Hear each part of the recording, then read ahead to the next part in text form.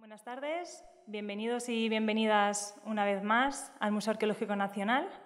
Seguimos celebrando el centenario del descubrimiento de la tumba de Tutankamón a través de este ciclo de conferencias titulado Tutankamón, el largo camino de la eternidad a la leyenda, del que ya han podido disfrutar en 5 ocasiones.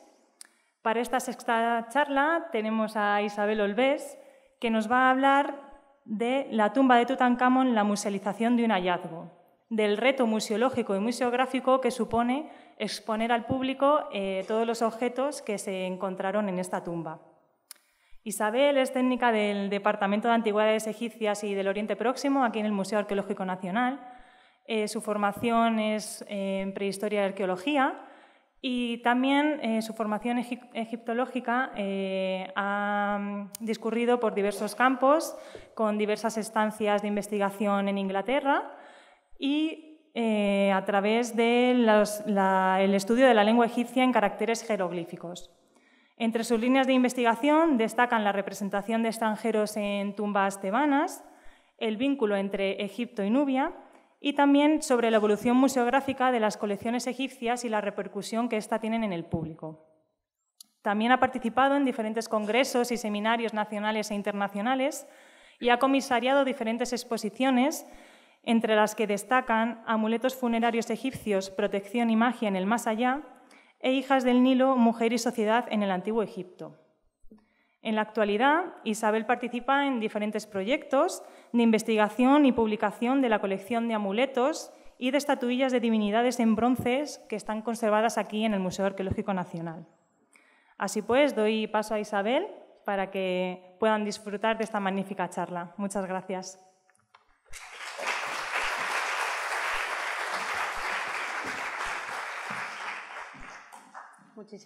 ¿Se me escucha bien? Sí. Muchísimas gracias, Débora, por tus palabras y al Museo Arqueológico Nacional por celebrar este ciclo de conferencias. Era una manera de unirnos a las celebraciones que otras instituciones y otros museos de carácter nacional e internacional están celebrando con motivo de esta efeméride, que es precisamente los 100 años del descubrimiento de la tumba de Tutankamón. Mi conferencia es un poco diferente de la que probablemente han visto en mis compañeros conferenciantes anteriores. Yo no voy a hablar del hallazgo de la tumba ni del momento en que se produjo, tampoco voy a hablar del tesoro que se encontró, ni tampoco de la simbología que emana de cada una de las piezas. Yo lo que quiero es, como ha explicado Débora, mostrarles cómo esas piezas, una vez que se han recuperado, y son más de 5.200 piezas las que había en la tumba de Tutankamón, cómo se han presentado al público, qué museografía, qué museología se ha aplicado a ellas para poder mostrarlas a un público muy diferente, en momentos muy distintos y que, obviamente, ha tenido motivaciones y objetivos diferentes. Es verdad, yo creo que todos, cuando aquí lo sabemos en el museo, mis compañeros de difusión, de comunicación, etcétera, cuando hacemos una actividad que tiene que ver con Egipto, sabemos que tenemos, muchas gracias, a un público tan leal, pero si a esa intención y esa necesidad de aprender más sobre Egipto se une el hecho de que encontramos una tumba, encuentra Howard Carter, ojalá hubiéramos sido nosotros, encuentra una tumba intacta, con un tesoro tan sumamente impresionante, pues obviamente todo eso no hace más que acrecentar esa necesidad que tenemos de aprender mucho más sobre Tutankamón y sobre todo un periodo tan sumamente, yo diría, un periodo tan sumamente difícil y controvertido como es el de la herejía marniense, que posteriormente luego mencionaremos en algunas de las exposiciones. Por tanto, yo voy a empezar en el momento en que Howard Carter, día 5 de noviembre de 1922, envía un telegrama a Lord Carnarvon, que está en Inglaterra, como ya mencionó Esther Pons en su conferencia, para hacerle partícipe del hallazgo que se había producido el día anterior. Es decir, este año, insisto, celebramos los 100 años del descubrimiento de esa tumba que se produjo el 4 de noviembre de 1922.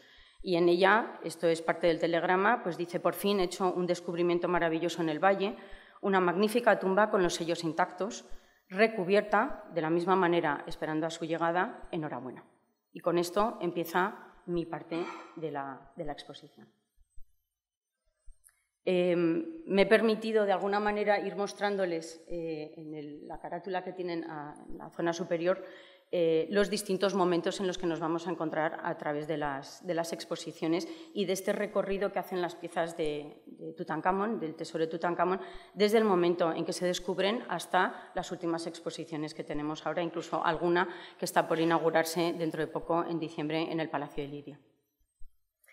El comienzo de la egiptomanía probablemente ya fue anterior al descubrimiento de la tumba de Tutankamón, indudablemente, pero como les decía, eso potenció incluso más todo este sentimiento de interés por el Antiguo Egipto, que se traduce en la indumentaria, que se traduce en el mobiliario, en la joyería, en la música, canciones que se compusieron, nuevas novelas históricas, etc. Absolutamente toda la sociedad se vio imbuida de este nuevo periodo.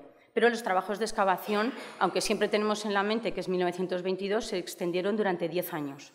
Las campañas duran 10 años y cuando digo 10 años no me refiero a los 12 meses, sino que son campañas arqueológicas y, por tanto, fue entre probablemente noviembre a abril, que es cuando normalmente se excava en Egipto. Las piezas, en un primer momento, se trasladan a la zona de Luxor y, posteriormente, al Museo del Cairo.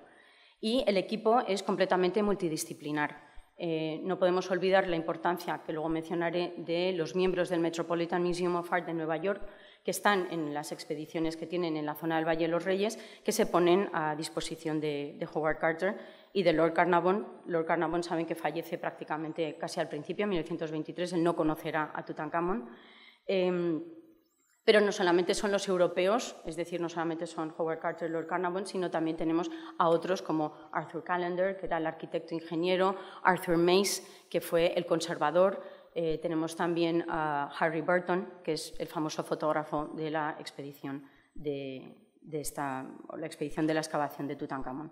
Pero también los egipcios, que no han pasado a la historia, no conocemos muchos de sus datos y que, sin embargo, ahora hay una exposición en el Bodleian Libraries, en Oxford, que se llama Tutankamón Excavating the Archive. Es Tutankamón excavando en los archivos, en donde se les da imagen y voz a un equipo fundamental que trabajó de una manera titánica para poder sacar, insisto, estos 5.238, creo que son, objetos de la tumba de Tutankamón.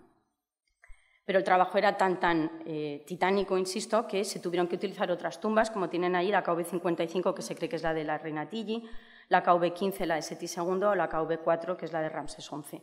Unas para que fueran el lugar de fotografía de Harry Burton, otros el lugar de conservación preventiva, porque algunas de las piezas estaban en tal estado de deterioro que probablemente no iban a llegar al Cairo, y en otros fue el comedor, literalmente donde comían ellos. Hay una fotografía, no lo he traído hoy, pero es una fotografía con la mesa alargada y todos los miembros de la expedición comiendo dentro de una tumba, porque era, digamos, a pie de excavación, a pie de cata para poder trabajar allí. Aquí tiene algunas de las imágenes del momento de 1922, cuando se está llevando a cabo el traslado de las piezas a Luxor, al otro lado del West Bank al East Bank, y finalmente al Museo del Cairo. Esto, que forma parte de lo que es el periódico que en su momento había de blanco y negro, relacionado combinado con el ABC, lo que hace es potenciar de alguna manera la prensa, en la radio, obviamente en esos momentos no televisión, pero sí de alguna manera dar a conocer a cada paso todo lo que se estaba descubriendo en la tumba de Tutankamón. Y la presencia constante de público en esto que hemos puesto, pero es como se denomina, la morada de millones de años, pues de alguna manera generaba una cierta presión sobre los arqueólogos. Todo el público que tienen aquí, en esta diapositiva de la derecha, se congregaba todos los días alrededor de la tumba para ver si salía alguna pieza nueva, si se descubría una nueva cámara, etc. Pero, insisto, eso generaba cierta presión sobre los egiptólogos y fundamentalmente sobre Carter, porque él decía que todas las mañanas el público, digamos, que se acercaba como si fuera una peregrinación hacia la tumba de Tutankamón y se quedaban allí bajo el parasol o leyendo o incluso haciendo ganchillo esperando a un momento especial. Entonces, lo que Carter decide es, se decide un contrato con el periódico The Times, el de Inglaterra, para darles a ellos la exclusiva de toda la información que iba saliendo de la tumba, pero tampoco tuvo éxito porque daba lo mismo, aunque salía en el periódico, la gente quería verlo de primera mano. La primera vez que se plantea la recreación de una tumba como una réplica de la tumba de Tutankamón será en 1924. En esos momentos se hace una exposición, el British Empire Exhibition, al uso de lo que en esos momentos se hacía como las exposiciones universales, como la que hubo en Londres o la que hubo en París.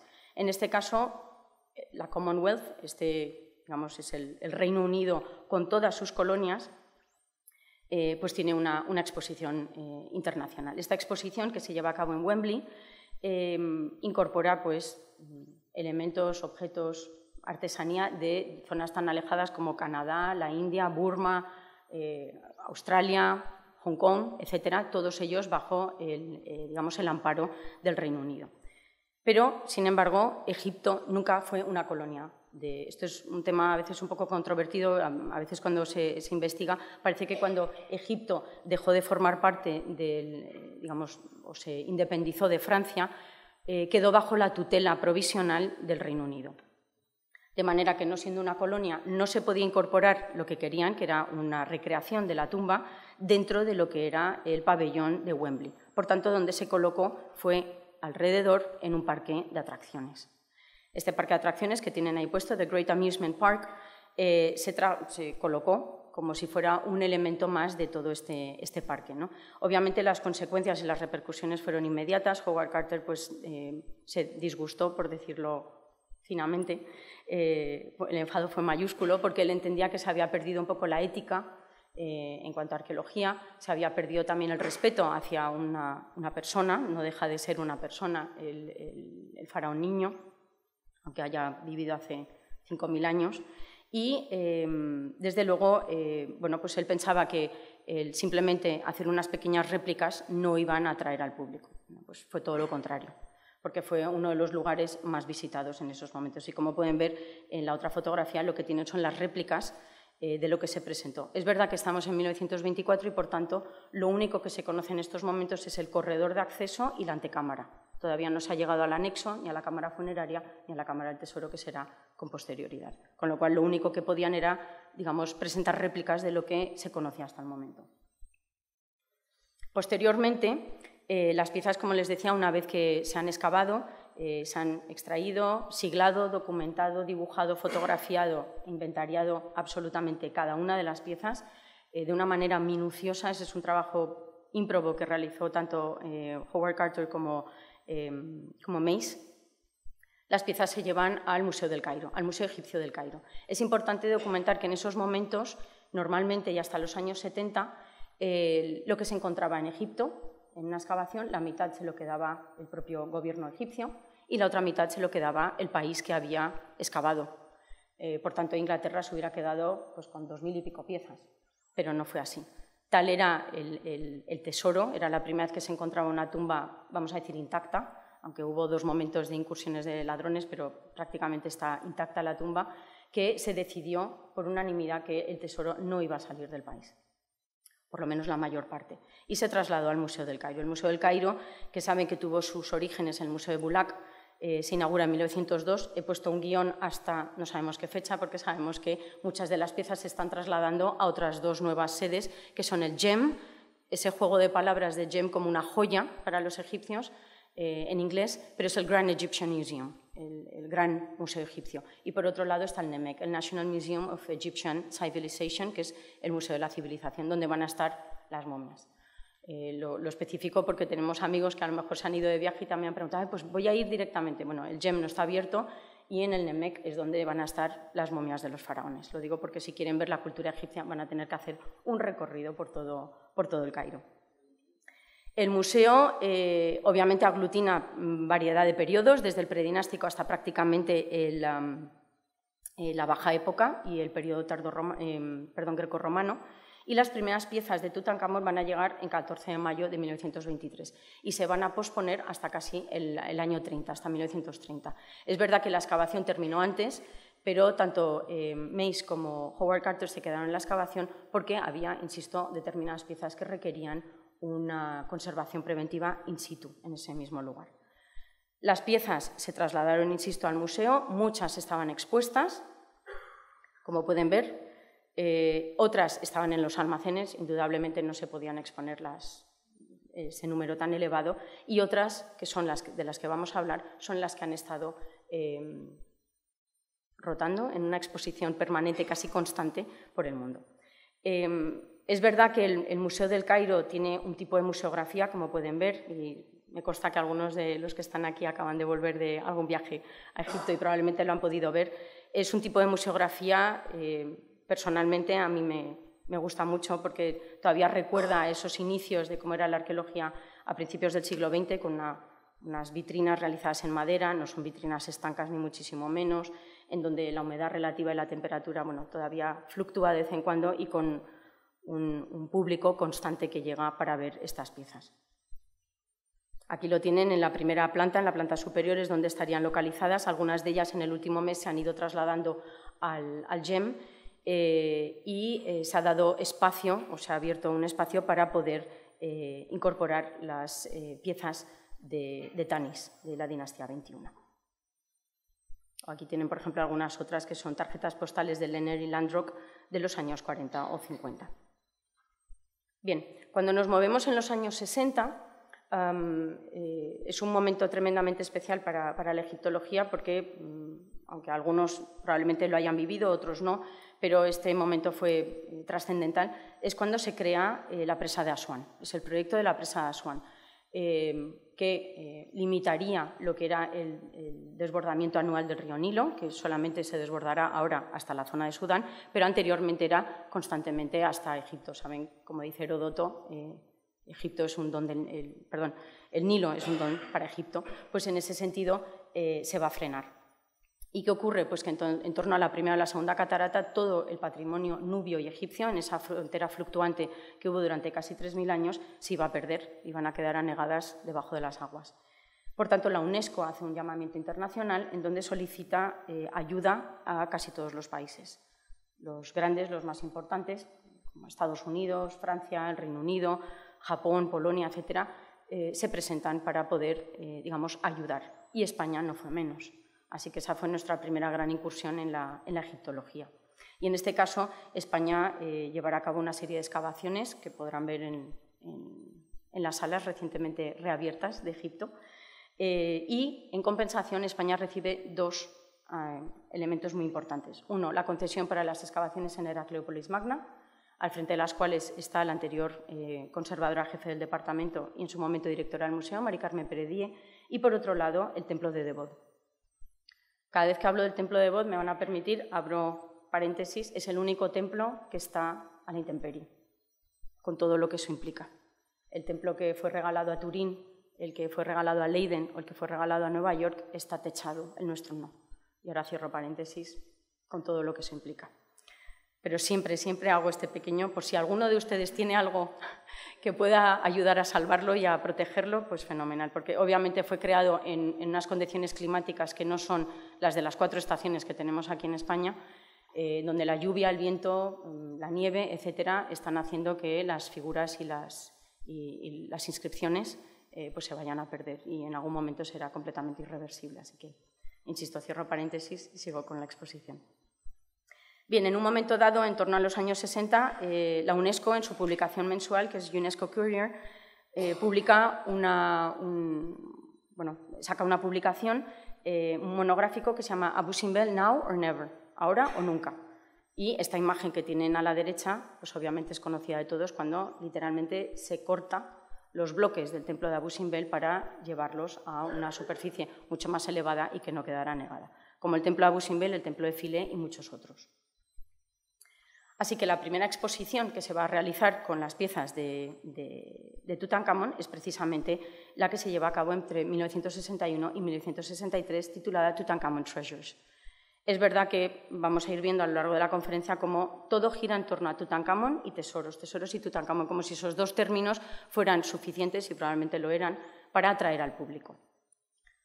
En este caso, la persona que está detrás de esta primera exposición, que es la primera vez que salen las piezas, es Froelich Rainey, que es el personaje que tienen aquí en primer plano, y el que está sujetando esta primera pieza es el profesor Ahmed Fakri. Desde el gobierno egipcio, Sarwat Okasha, que era el ministro de Cultura, y, insisto, Ahmed Fakri, del Servicio de Antigüedades, son los promotores de esta exposición. en donde se traen 34 piezas, no solamente Tutankamón, sino también de Sejong I, y la museografía incorporó una serie de fotografías para que el público americano entendiera la necesidad y la importancia de participar en este salvamento de una cultura tan legendaria como es la egipcia, paralela en el tiempo a ella y que en muchos momentos, bueno, pues que incluso en algunos, como en la 25ª dinastía, pues los faraones negros, como se les denomina, conquistaron todo el territorio desde Meroe hasta prácticamente el Mediterráneo, con lo cual es una cultura importante. La motivación, insisto, el salvamento del patrimonio nubio y la implicación del pueblo norteamericano. Y tal fue la implicación que el Congreso norteamericano aprobó una partida importante para poder sufragar los gastos.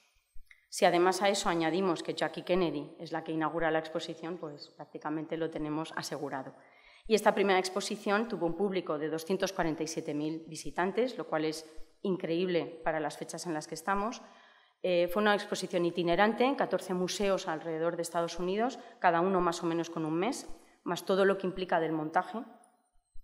Y la National Gallery de Washington fue la primera en la que se inauguró. Una museografía muy, muy especial porque se jugó con la... A ver si lo pueden ver. Se jugó con la zona de la rotonda para que la fluidez del público fuera mayor y no quedara todo, digamos, reducido a las salas como normalmente era.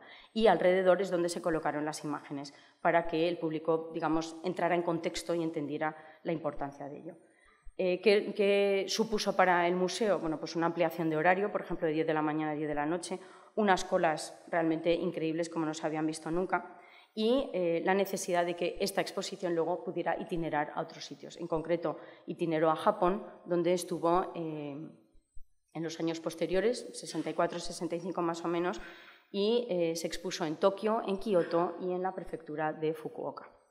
Algunas de las piezas que formaron parte de estos 34 objetos, en el primero, bueno, pues tienen la daga que se encontró en el cinto, en la cintura de Tutankamón, una caja con forma de cartucho, de madera, los vasos, más que vasos, los sarcófagos donde contenían los restos momificados del faraón, el cayado y el flagelo, y los guantes que protegían las manos de Tutankamón.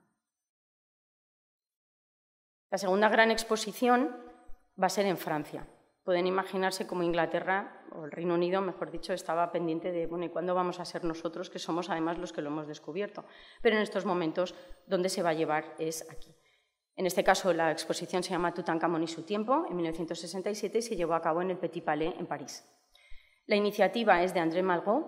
En esos momentos él era el ministro de Estado para los asuntos culturales y Madame Christiane de Roche-Noblecourt, que fue una apasionada de toda la cultura nubia y que participó activamente desde el principio, siendo ella conservadora en esos momentos en el Museo del Louvre. Y el patrocinio vino, como lo tienen allí, de Nasser, del presidente egipcio, y del general Charles de Gaulle. La motivación, pues de nuevo, es el salvamento del patrimonio nubio. Pero es que, además, el año anterior, en 1966, André Malraux había sido invitado por el gobierno egipcio para estar presente cuando se levantaba o se izaba el último bloque del templo de Abu Simbel y se elevaba otros 45 metros a un promontorio. Se rehacía literalmente, fue una obra titánica, se rehacía literalmente el templo de Abu Simbel a otra altura para evitar que las aguas pudieran hacerlo desaparecer, ¿no? En la portada lo que tienen es el cartel. Me dirán que probablemente esa cara no es tanto la de Tutankamón, pero bueno, es una recreación, esta en concreto. Luego, esto es la portada del catálogo y a la señora de Roche-Noblecourt en la siguiente fotografía. 45 años del descubrimiento de la tumba de Tutankamón, 45 piezas. Vamos a ir viendo cómo a medida que progresamos en el tiempo, el número de piezas va incrementándose, mejor dicho, y no solamente el número de piezas, el número de visitantes y también, obviamente, el porcentaje de retribución y de beneficios que tenía el propio museo. En este caso, el proyecto fue un proyecto bastante complejo porque, a diferencia de otros en donde se trataba de recrear lo que era la tumba de Tutankamón, en este caso lo que se quiere recrear es el periodo de Tutankamón. De allí, Tutankamón es son temps. La idea es la de tratar de contextualizar el periodo, el inicio, cuando nace Tutankamón, que es Tutankatón. Todos sabemos que su primer nombre está referenciado hacia Atón, esa divinidad creada por su padre Amenofis IV, aunque probablemente los primeros coletazos estarían ya con Amenofis III en su palacio de Malcata. pero lo que hace es, bueno, nace en ese contexto de herejía, si queremos, amarniense, pero posteriormente, con el tiempo, en sus escasos 18 o 19 años, vuelve a la ideología anterior del culto a Amón y del culto al resto de las divinidades que habían quedado literalmente aparcadas en pro de esta nueva divinidad, que es un disco solar, con los rayos, que son simplemente las manos, en algunas ocasiones sujetando el Ankh, que es la cruz egipcia. De manera que lo que se trataba es esto de recrear ese contexto. Como pueden ver, las colas también fueron enormes y en este caso tenemos 1.250.000 visitantes. Cuando estamos hablando de los años 60 son cifras que ahora mismo nos desbordan, pero que con el tiempo van a ir aumentando. Algunas de las piezas, como pueden ver aquí, por ejemplo, una de las dos estatuas K de Tutankamón, escultura de la época, como aquí en este caso tenemos a Menofis IV, algunos de los pavimentos que formaban parte del Palacio de Malcata, de Amenofis III, o, por ejemplo, bueno, pues otros que forman parte del periodo amarniense, en concreto este. Bueno, yo cada vez que lo veo me resulta tremendamente especial porque nunca antes en la cultura egipcia, me refiero a la cultura egipcia faraónica, vamos a ver ni antes ni después un tipo de imagen o una iconografía tan sumamente cercana, tan sensible, tan natural, en donde aparece Amenofis IV con Nefertiti y sus hijas, pues una actitud cariñosa. Esto nunca, ni antes ni después, lo volveremos a ver, porque todos cuando pensamos en la cultura egipcia son esas figuras rígidas, frontales, muy estereotipadas, y sin embargo aquí digamos que hay como una cierta naturalidad, ¿no? Yo diría más bien una cercanía hacia las figuras que aparecen en ella. Y llegamos por fin a 1972, 50 años del descubrimiento de la tumba de Tutankamón. Esta exposición, yo creo que mis compañeras de oposición estarán conmigo en que es una exposición que se estudia todavía hoy, porque es la primera que se denomina blockbuster. Ese término en inglés significa que es una exposición de dimensiones increíbles. Es verdad que cuando hablamos de 50 objetos, pues probablemente no nos parezcan tan impresionante, porque hoy en día pues, manejamos exposiciones de 200, 300 piezas y 50 pues, realmente sería una exposición de tamaño medio o pequeño. Pero el número de visitantes, el ingreso, los seguros, en este caso, en esta exposición, fueron 9 millones de libras de los años 70. Quiero decir, todo es de unas cantidades que, si nos ponemos a principios de esta década, pues son cifras completamente inusitadas. Algo así como cuando, por ejemplo, el Museo del Prado celebró la exposición de Velázquez, que las colas eran impresionantes, daban literalmente la vuelta a lo que era el edificio, cuando la mayor parte de los cuadros de Velázquez están aquí. Pero bueno, en cualquier caso, uno no podía sustraerse de ir a visitar esa exposición tan maravillosa, ¿no? Bueno, pues lo mismo ocurre con esto.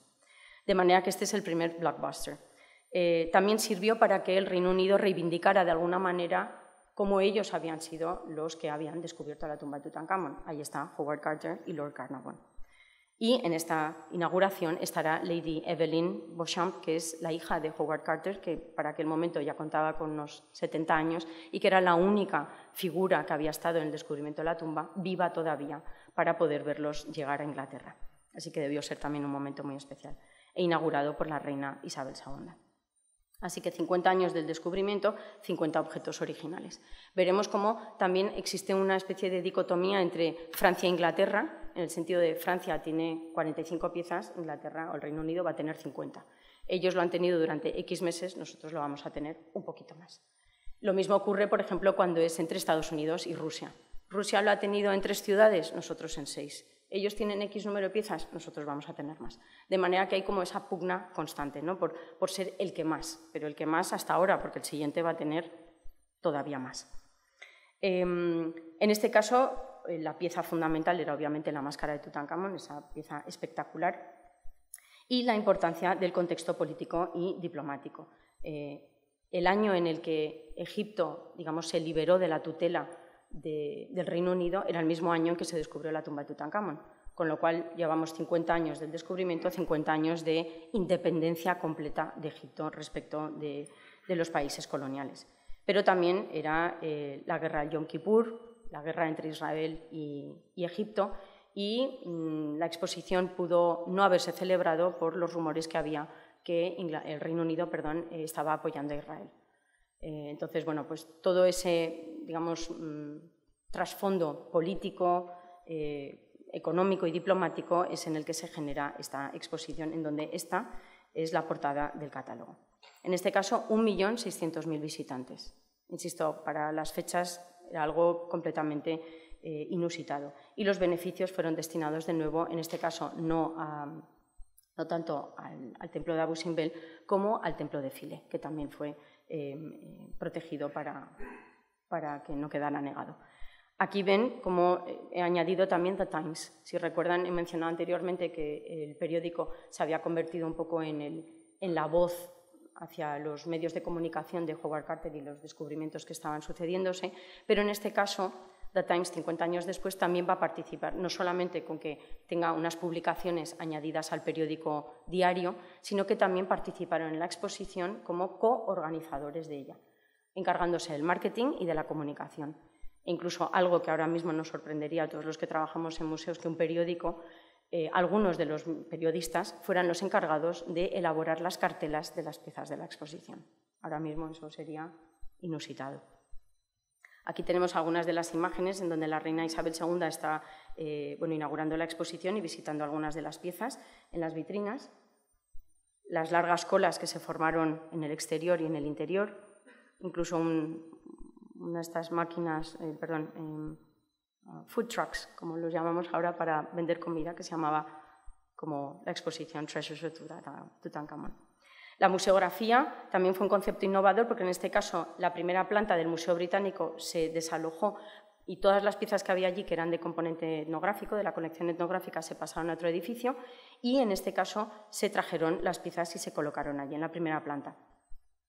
Lo que se pretendía era en este caso que a medida que el público entraba hasta llegar a la última sala en donde solamente estaba la máscara de Tutankamón y se podía girar en torno a ella para poder ver el capítulo 151, creo que es del Libro de los Muertos, que está detrás de la máscara y elmo, todo el proceso hasta llegar allí, la luz iba disminuyendo, el color de las paredes también, dando esa sensación de llegar a un lugar, misterioso, mágico, fascinante, no sé, hay 1000 términos para poder describirlo, ¿no? Entonces pasamos de unas paredes en colores pues, como amarillentos, dorados, a otros grises, a finalmente completamente oscuro, solamente iluminada esta zona central. Y un aspecto interesantísimo es la incorporación de una tienda, algo que ahora mismo nos parece a todos de lo más normal cuando vamos a una exposición y que levante la mano el primero que no ha estado en una exposición y posteriormente ha pasado por la tienda para llevarse el catálogo, no sé, marcadores de libros, un lápiz, una goma, una camiseta, alguna pieza de joyería, a lo mejor una réplica. Bueno, pues esta es la primera vez que se incorpora a la tienda al final de la exposición. Se vendieron más de 400.000 catálogos, lo cual, insisto, son cifras, pues incluso para hoy en día tal vez son increíbles. Y la repercusión no solamente fue a nivel nacional, a nivel de propio museo, con la categoría y el prestigio que eso les da, sino también a nivel internacional, ¿no? Porque crea un antes y un después, a partir de allí hay que ir creciendo siempre a más. Algunas de las piezas que formaron parte de la exposición, entre ellas, pues estas, otra vez la figura del Ka, de Tutankamón, estas otras dos en las que aparece con el arpón, y cajas o incluso el juego del Senet.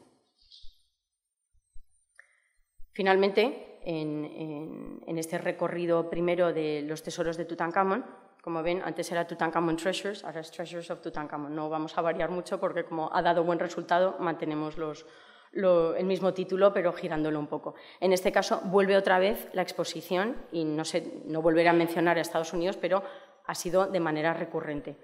Y en este caso, ¿qué es lo que ocurre? Pues hay una tensa situación que se deriva de la inclinación que tenía Egipto en esos momentos hacia la Unión de Repúblicas Socialistas Soviéticas. Entonces no era Rusia, era este compendio.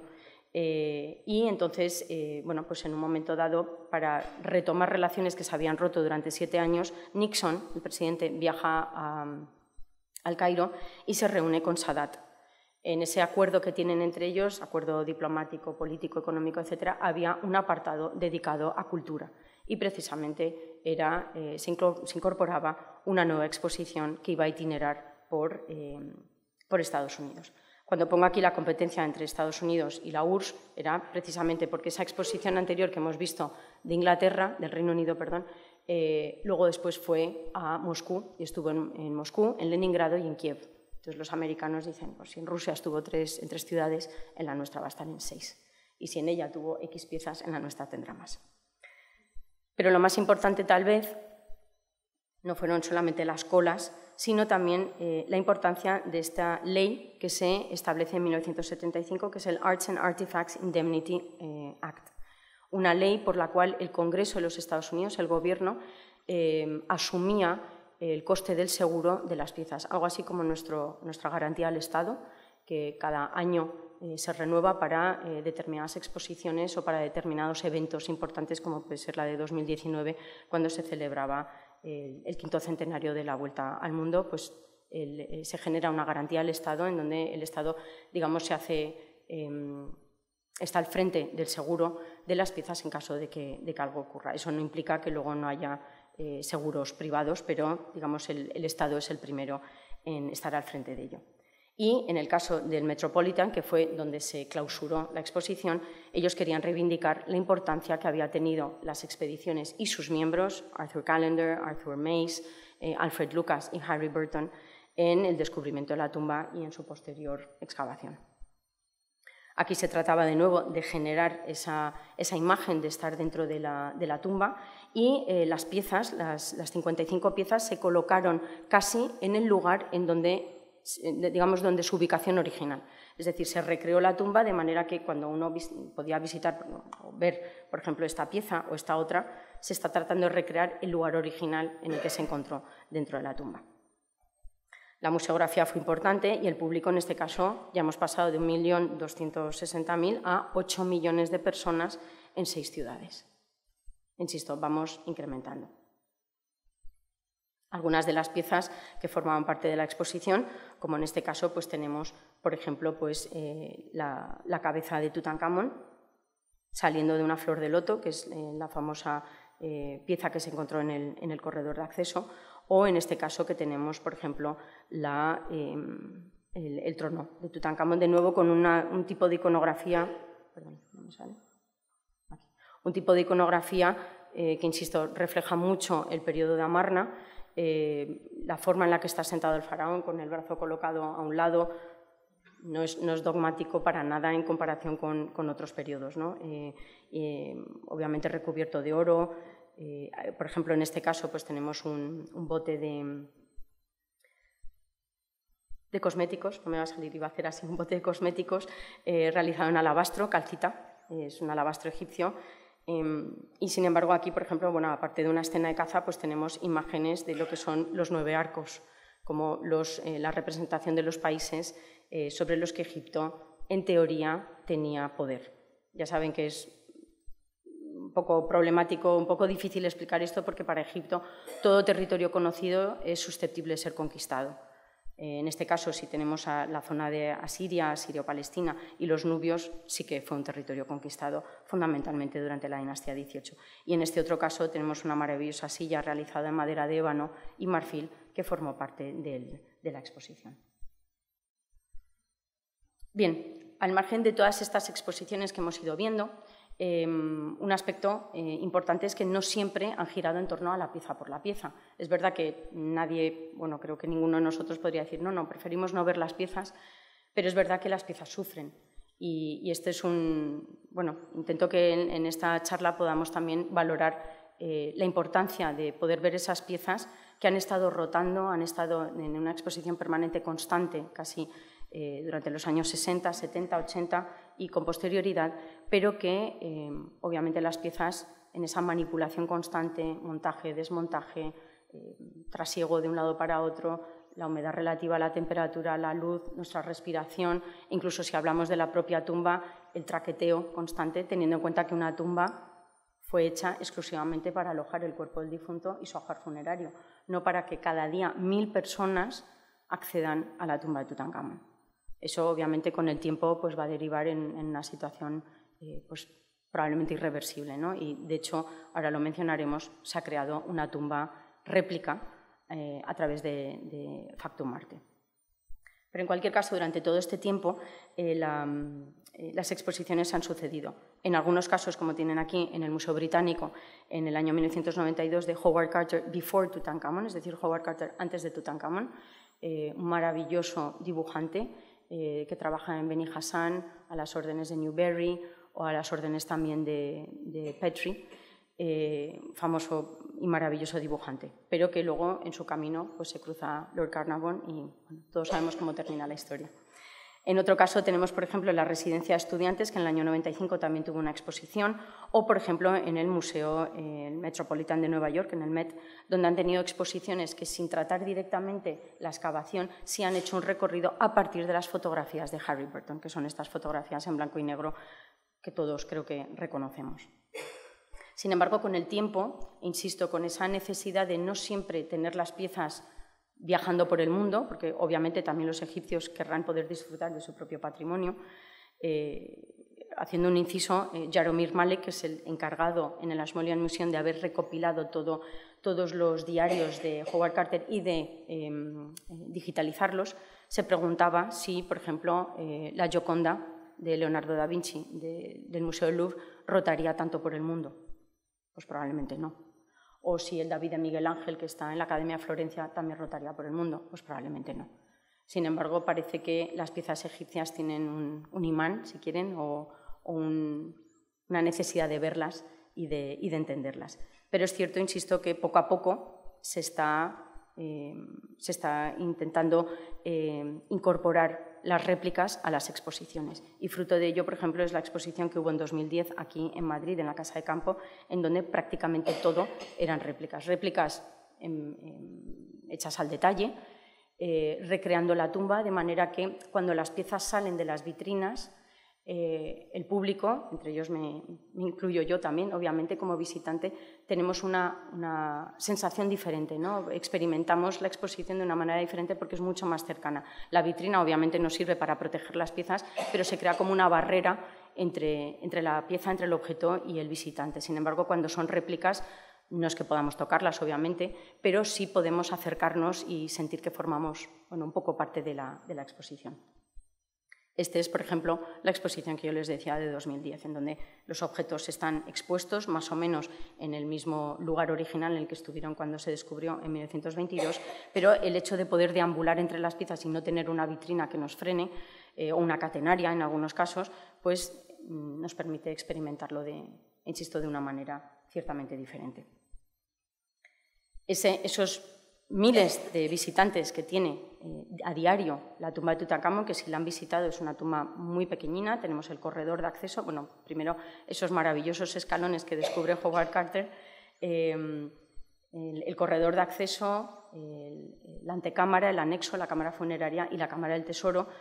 Es un espacio muy, muy pequeño en donde, bueno, insisto, nuestra respiración constante hace que pues las pinturas, que solamente hay pinturas en la cámara, puedan deteriorarse hasta el punto de, por ejemplo, pues en la tumba de Nefertari, que en un momento dado, cuando el gobierno egipcio y el Getty Conservation Institute decidieron realizar un proyecto en el Valle de los Reyes, pues se dieron cuenta que, por ejemplo, en la tumba de Nefertari, que se habían colocado entre la pared y el público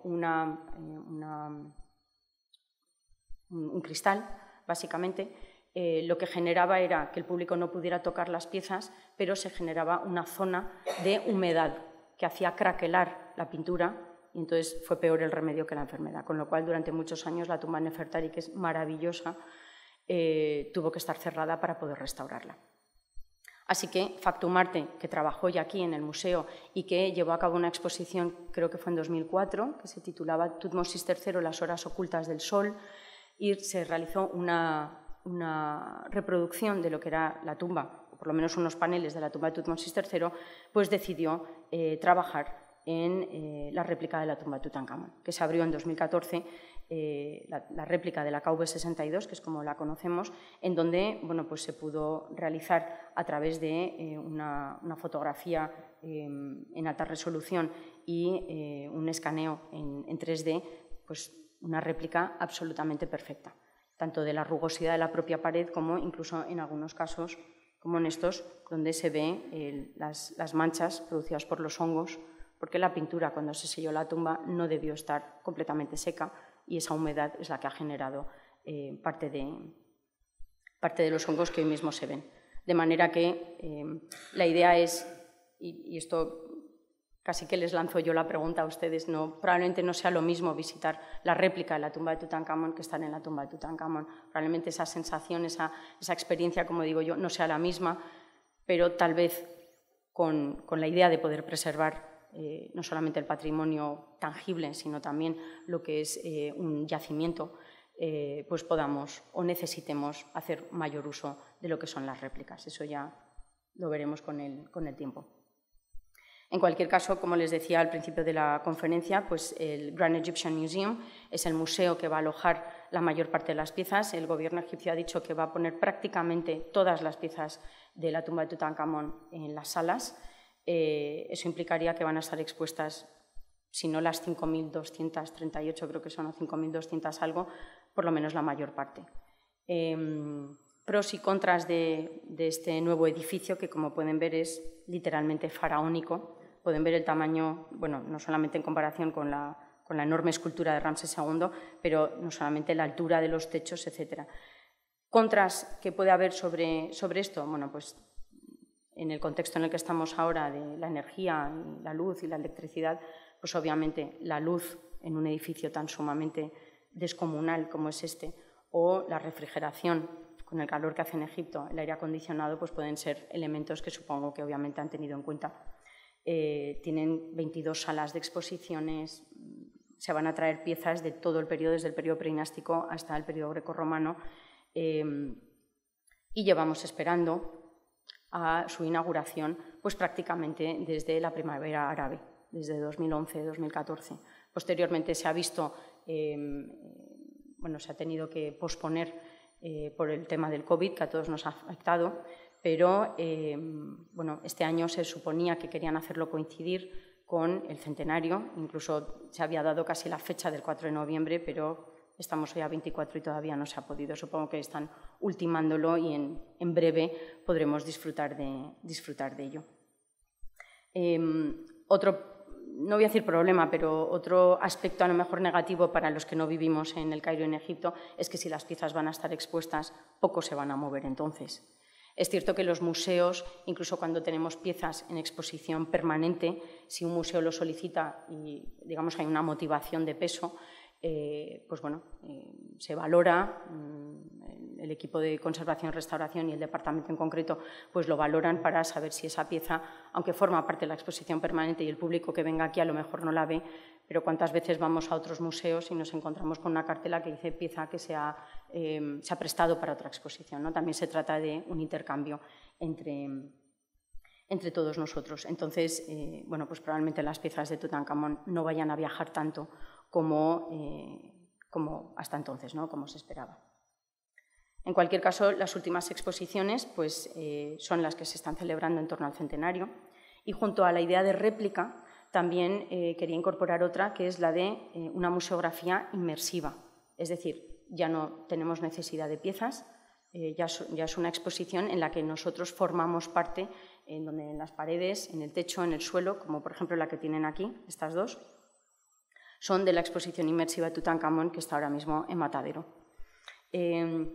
También es verdad que la mayor parte de las primeras exposiciones que les he mostrado eran los museos propiamente dichos los que se convertían en los que solicitaban las piezas, pero con el tiempo hay empresas especializadas, como puede ser National Geographic, que también ha llevado a cabo sus propias exposiciones en Estados Unidos. O, por ejemplo, la Galería Saatchi en Londres también, aunque tristemente en 2019-20 tenían una exposición dedicada a Tutankamón, tuvo que cerrar precisamente por el COVID. Pero todo este elenco de exposiciones pues van desde la primera, esta de Lieja, de Tutankamón, Discovering the Forgotten Pharaoh. A mí el título me resulta un poco diferente porque forgotten, olvidado, lo dudo. Probablemente de todos los faraones yo creo que no hay nadie que no haya oído hablar de Tutankamón, entonces a lo mejor es darle un giro al concepto que se quiere explicar, ¿no? En otro caso, por ejemplo, tenemos en el Museo Egipcio de Turín, tiene una exposición diferente que es la egiptología vista a través de los ojos de Tutankamón, así que es una visión completamente diferente. Esta es la primera que les mencionaba, Tutankhamon Excavating the Archive, que está en Oxford, en donde literalmente se excavan los archivos que el Ashmolean Museum tiene y que están prácticamente todos los diarios de Howard Carter. Entonces se puede hacer un seguimiento absolutamente de día 1, pues hoy se descubrió tal, día 2, etc. Entonces ahí está absolutamente todo. En este caso, las exposiciones inmersivas, como son estas dos, insisto que es la de Matadero, pues nos permiten de alguna manera formar parte de la exposición de una manera diferente. Ya no se necesitan las piezas. Uno está literalmente sentado, aquí, está sentado en como unos puffs, unos asientos, y las imágenes van rotando alrededor. Hay imágenes de templos egipcios, hay un momento dado en el que parece que estás viajando por el río Nilo porque el suelo, la imagen en el suelo se está moviendo, con lo cual parece que da la sensación de que uno realmente está viajando por el río. Luego, bueno, pues tiene elementos interactivos que nos permiten acercarnos a lo que es la cultura egipcia desde un ámbito diferente, que es el de, bueno, pues las nuevas tecnologías, como en este caso, en donde, bueno, pues tienes un iPad y tal cual lo vas levantando, pues vas viendo las piezas donde están colocadas, dónde estarían colocadas en la tumba original, ¿no? Y te vas moviendo por ellas, etc. O, por ejemplo, pues la que estamos esperando ansiosamente que se inaugure dentro de poco, que es la que se va a celebrar en el Palacio de Liria, aquí en Madrid, que tiene que ver con Howard Carter y el Duque de Alba, precisamente en torno a los dos viajes que realiza el arqueólogo británico en 1924 y 1928, la charla que dio en el Ateneo de Madrid y la correspondencia que se intercambiaron entre el Duque de Alba y Howard Carter. Así que la idea es un poco pues, ver cómo ha evolucionado todas estas exposiciones,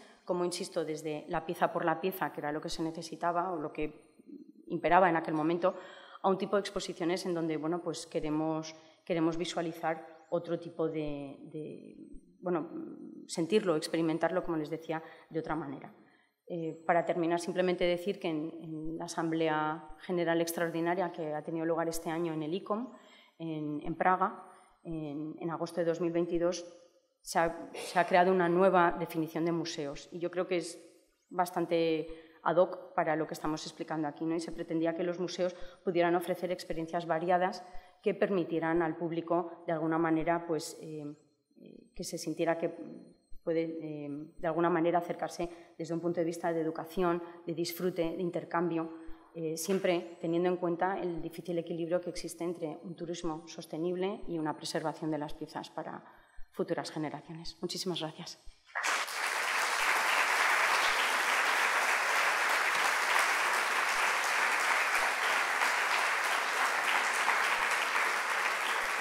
Muchas gracias, Isabel. Gracias. Tenemos ahora unos minutos por si queréis preguntar alguna cuestión, que Isabel amablemente va a contestar. Si alguien tiene alguna cuestión, que levante la mano y me acerco con el micrófono.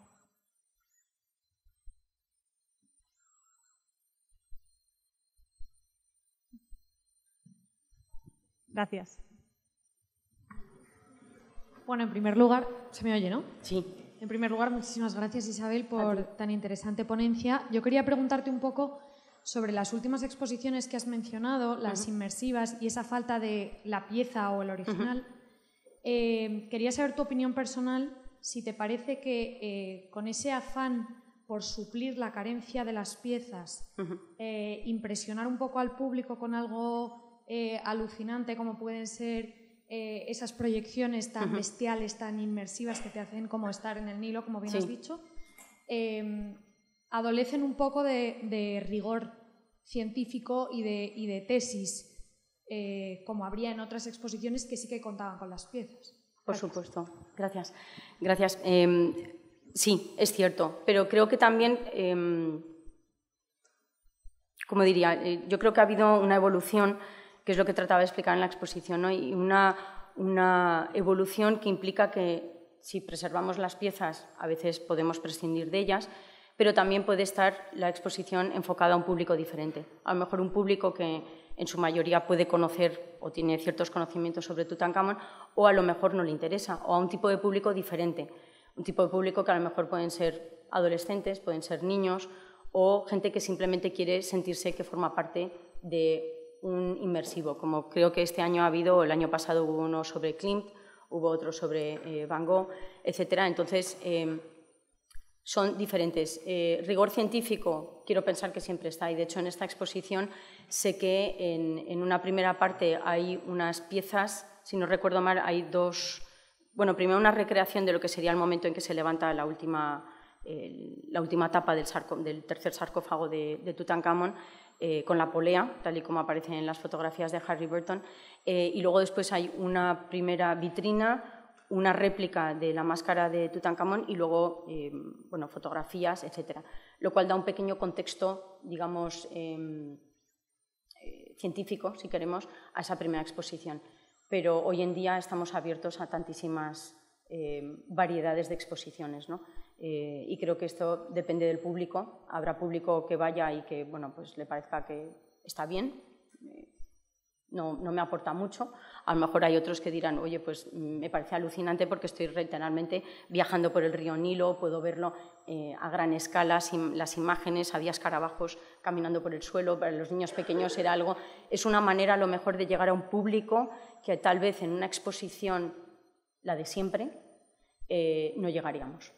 Entonces, una exposición en donde siempre son las piezas, ojo que yo encantadísima con estas, pero una exposición donde están las piezas, la explicación, cómo fue, etcétera, a lo mejor no llegamos a un público adolescente o a un público que solamente quiere cierto entretenimiento, puede ser, y que bueno, ni uno ni otro tienen por qué chocar entre ellos, pero obviamente ya está en el tipo de público. Yo creo que tenemos opciones muy variadas, no es como antes que no había tecnologías para hacerlo. Y, por ejemplo, esto de ir levantando, ir pudiendo ver dónde estaban las piezas ubicadas, pues realmente es impactante. Así que, bueno, ya está en cada uno el poder verlo y sobre ello juzgar.